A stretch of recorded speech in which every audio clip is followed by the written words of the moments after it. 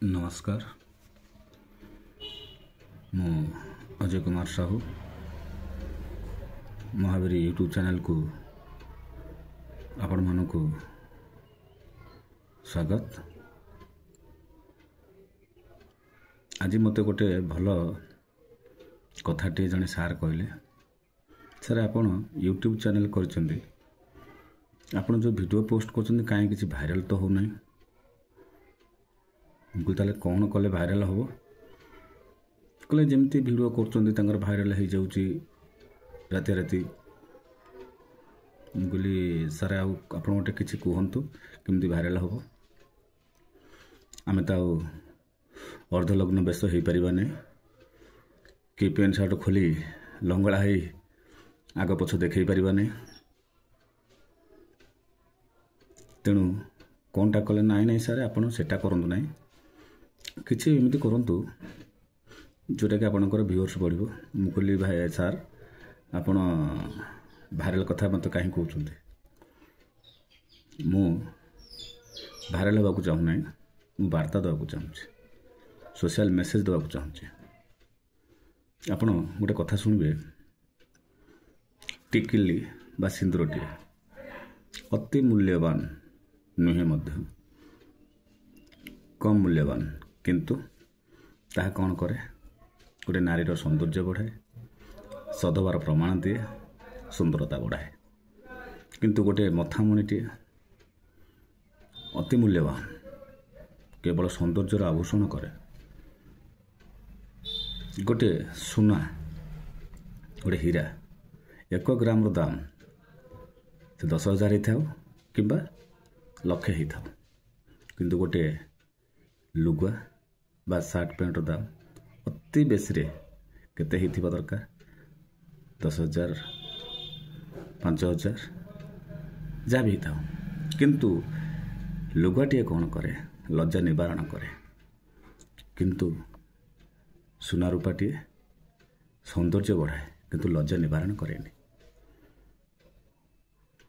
ना सारे मु आपन को एक कथा कहू नहीं आपण एमती भल वीडियो करंतु जो थे आपणकर व्यूअर्स बढ़े देखा चेष्टा करी मु आपण कथा रखिक आ गोटे कथा मन रखु चप्पलटी दाम 300 400 500 2,000 3,000 5,000 किंतु पाउंजर दाम केते आपण वर्तमान देखिए रूपार मूल्य बाजार में 2 लाख टंका जदि आप से हिसाब से देखिए गोटे पाउंज किसी ना 5,000 6,000 कि 10,000 ना हम ना किंतु चप्पलटे पाद को सुरक्षा दे देह को सुरक्षा दे किंतु रूपा ता करें तेणु आम एमती गोटे सोसाइटी अच्छु ना आम सब जानी कहीपर ना शक्ति थे क्या मारिपारू ना आम क्या सहित बचसाई पारू ना कंट्रोवर्सी भितर को जापर आमर जी लक्ष्मण रेखा भितर रहीकि कम करने कथा करूँ तेणु से वार्ता छाड़ू केते ताको लोक ग्रहण करेंगे कौन न करेंगे से लोक मान किंतु जो भाई माने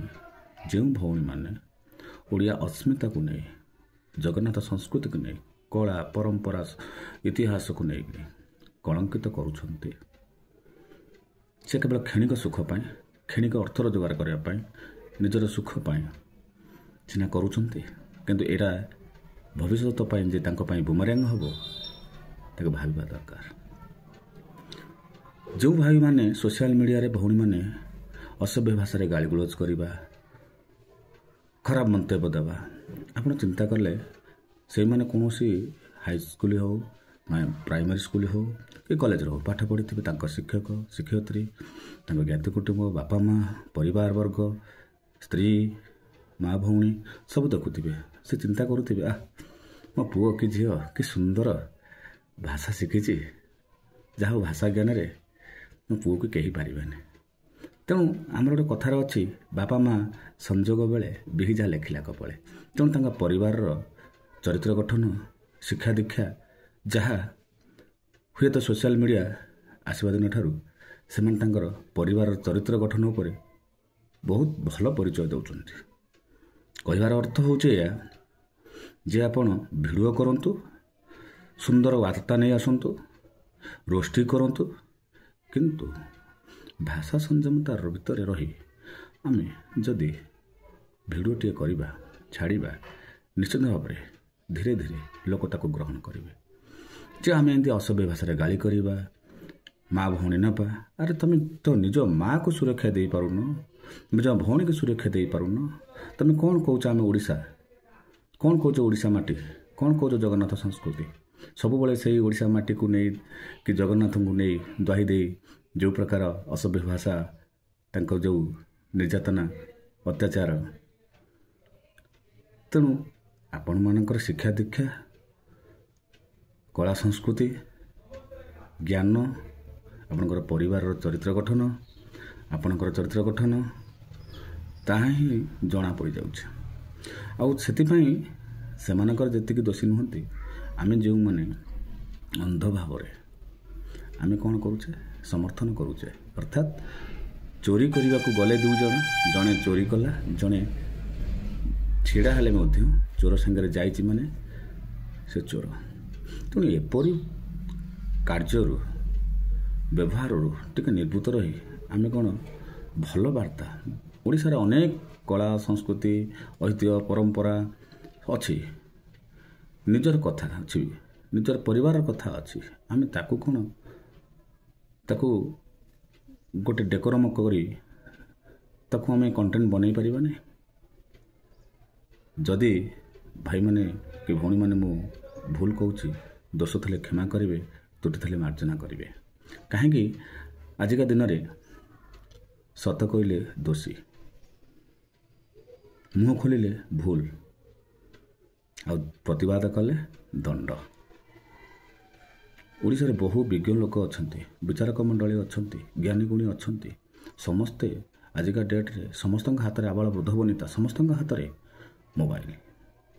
ଆପଣମାନେ ଯେଉଁ ପ୍ରକାର କରୁଛନ୍ତି, ଚିନ୍ତା କଲେ ଆପଣଙ୍କର ପୁଅ କି ଝିଅ ଭିଡ଼ିଓଟି ଦେଖିବ, ଯାହା ମୋ ବାପା କି ମୋ ଭଉଣୀ କି ମୋ ମା ଯାହା ହଉ ଏପରି କଥା ଶିଖିଛନ୍ତି, ତାହେଲେ ସେତେବେଳେ ପିଲାଟି ଶିଖିବ କ'ଣ ଆପଣଙ୍କ ପରିବାରରେ?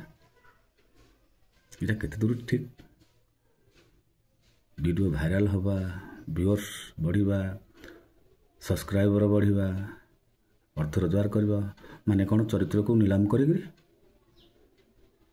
ତେଣୁ ଯଦି ମୁଁ ଏ ବାର୍ତ୍ତା ଆପଣମାନଙ୍କ ଘରେ ପହଞ୍ଚେ, ମୁଁ କାହାକୁ ଆକ୍ଷେପ କରି କହୁନାହିଁ।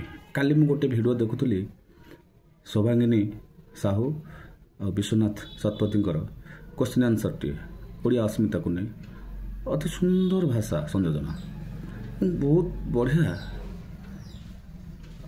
କଣ୍ଟେଣ୍ଟ, ବହୁତ ବଢ଼ିଆ ଲାଗିଲା। ମୁଁ ଲାଇକ୍ ନ କରି ରହିପାରିଲିନି। ହରି ନନା ତାଙ୍କର ମଧ୍ୟ ମୁଁ ଦେଖିଲି, ବହୁତ ବଢ଼ିଆ ଜିନିଷ ଅଛି। ଆମେ କରିଲେ ଲୋକ ନିଶ୍ଚିନ୍ତ ଦେଖିବେ। ଆମେ ଏମିତି ଭିଡ଼ିଓ ବନେଇବା, ବା ଆମେ କାହିଁକି ବନାଉଛେ? ଖାଲି ଅର୍ଥ ରୋଜଗାର କରିବା ପାଇଁ? ନିଜ ଭିତରେ କିଛି ଦକ୍ଷତା ଅଛି, ଆମେ ଯେଉଁଟାକି ଛାଡ଼ିବା ସେଇଟା କିଛି ସୋସିଆଲ ମେସେଜ ହେବ। ଲୋକମାନେ ଆପଣଙ୍କୁ ଯେଉଁଠି ସାବାସୀ ନ ଦେବେ, ଯେଉଁଠି ସମାଲୋଚନା କରିବେ, କି ଲାଭ? ତେଣୁ ମୁଁ ଏତିକି କହି ମୋର ଆଜିର କଣ୍ଟେଣ୍ଟକୁ ଏଇଠି ରଖୁଛି। ନମସ୍କାର।